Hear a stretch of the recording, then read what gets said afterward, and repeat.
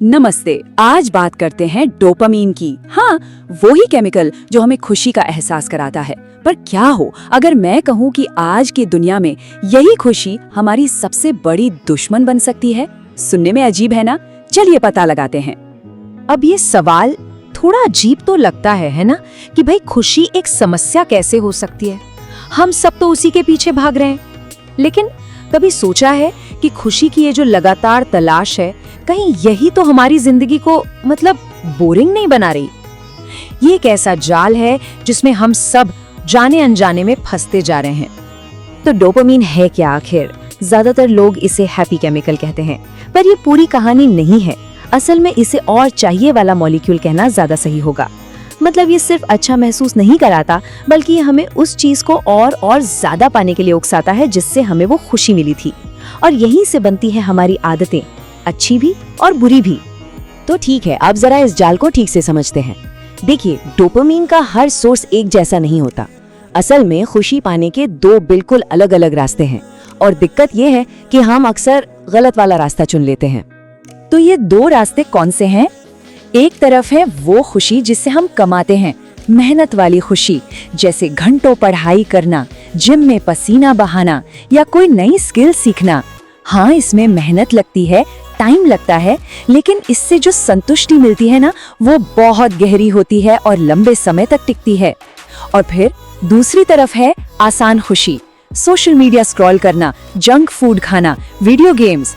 ये आपको फौरन खुशी देती है, एक क्लिक पर, लेकिन उतनी ही तेजी से गायब भी हो जाती है। अब असली प्रॉब्लम शुरू होती है जब हम इस आसान खुशी पर बहुत ज्यादा डिपेंड करने लगते हैं। हमारा दिमाग ना इस इंस्टेंट डोपामीन का आदी हो जाता है, और इसके जो नतीजे होते हैं वो काफी खतरनाक हो सकते हैं। तो होता क्या है?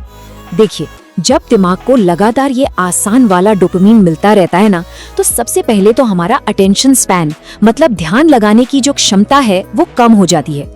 आलस बढ़ने लगता है, हर काम को टालने की आदत बन जाती है, और धीरे धीरे किसी भी काम को करने की जो प्रेरणा होती है वो खत्म हो जाती है। नतीजा, जिंदगी ही बोरिंग लगने लगती है, क्योंकि अब छोटी मोटी चीजों से वो पहले वाली खुशी मिलती ही नहीं। और बस यही है वो खतरनाक चक्र। जिंदगी बोरिंग लगती है, और इस बोरियत से बचने के लिए हम क्या करते हैं? हम और ज्यादा आसान एंटरटेनमेंट की तरफ भागते हैं, जिससे प्रॉब्लम कम होने की बजाय और भी गहरी होती चली जाती है।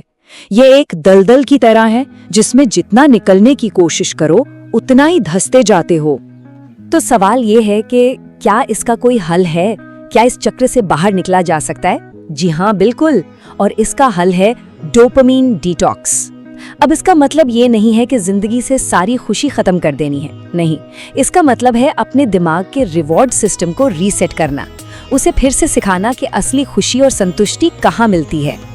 तो ये डिटॉक्स करते कैसे हैं? इसके 4 बहुत ही सिंपल से कदम हैं। सबसे पहला, वो सारी एक्टिविटीज कम कर दीजिए जो फौरन डोपामीन देती हैं, social media, games, junk food. दूसरा, बोरियत को गले लगाइए, हाँ, उसे स्वीकार करना सीखिए। तीसरा, मुश्किल लेकिन मतलब वाले काम चुनिए। और चौथा, जो सबसे जरूरी है, मोटिवेशन का इंतजार मत करिए, डिसिप्लिन पर भरोसा कीजिए। अब ये जो दूसरा कदम है ना, बोरियत वाला, इस पर थोड़ा और ध्यान देते हैं। जब आप अचानक से सारा आसान एंटरटेनमेंट बंद कर देंगे तो जाहिर सी बात है बोरियत महसूस होगी। लेकिन इस बोरियत से घबराना नहीं है, ये बुरी चीज नहीं है। असल में यही वो पल है जब हमारा दिमाग खुद को हील करना, खुद को ठीक करना शुरू करता है। ये एक तरह का रीसेट बटन है। तो सबसे जरूरी सबक क्या है? वो ये है कि मोटिवेशन का इंतजार करना छोड़ना होगा। क्यों? क्योंकि मोटिवेशन तो एक फीलिंग है, एक भावना है, जो आज है कल नहीं। इस पर भरोसा नहीं किया जा सकता। लेकिन डिसिप्लिन एक सिस्टम है। ये आपसे तभी काम करवाता है जब आपका बिल्कुल मन न हो, और असली ग्रोथ, असली तरक्की वहीं से शुरू होती है। अच्छा, तो अब बात करते हैं फायदों की। जब ये रीसेट पूरा होता है, जब दिमाग इस आसान डोपामीन के चक्र से बाहर निकलता है, तो जिंदगी में क्या क्या पॉजिटिव बदलाव आते हैं, चलिए देखते हैं। सबसे पहले फोकस कमाल का हो जाता है। किसी भी काम में ज्यादा गहराई से उतरा जा सकता है। मन पहले से कहीं ज्यादा शांत हो जाता है। सेल्फ कंट्रोल यानी आत्मनियंत्रण बहुत बेहतर हो जाता है। और सबसे बड़ी बात, जो काम पहले बोझ लगते थे, अब उन्हीं में मजा आने लगता है। कुल मिलाकर जिंदगी ज्यादा मीनिंगफुल, ज्यादा भरपूर महसूस होती है। तो इस पूरी बातचीत का सार क्या है? इसका जो कोर मैसेज है वो बहुत ही सिंपल लेकिन बहुत पावरफुल है, और ये खुशी को देखने का हमारा पूरा नजरिया बदल सकता है। संदेश ये है कि खुशी को आसान मत बनाइए, उसे कमाने लायक बनाइए। सच्ची लंबे समय तक टिकने वाली खुशी वो नहीं है जो एक क्लिक पर मिल जाती है। वो खुशी है जिसे अपनी मेहनत, अपने फोकस और अपने अनुशासन से कमाया जाता है। जब कोई मुश्किल लक्ष्य पूरा किया जाता है ना, तो उससे जो संतुष्टि मिलती है ना, उसकी तुलना दुनिया का कोई भी वीडियो या सोशल मीडिया पोस्ट नहीं कर सकता। तो जाते जाते बस एक सवाल जिस पर सोचना बहुत जरूरी है। आज की इस आसान खुशी को अगर छोड़ दिया जाए तो उसकी जगह वो कौन सी बड़ी और सार्थक चीज है जिसे कमाया जा सकता है? इसका जवाब शायद किसी के भी भविष्य को एक नई दिशा दे सकता है।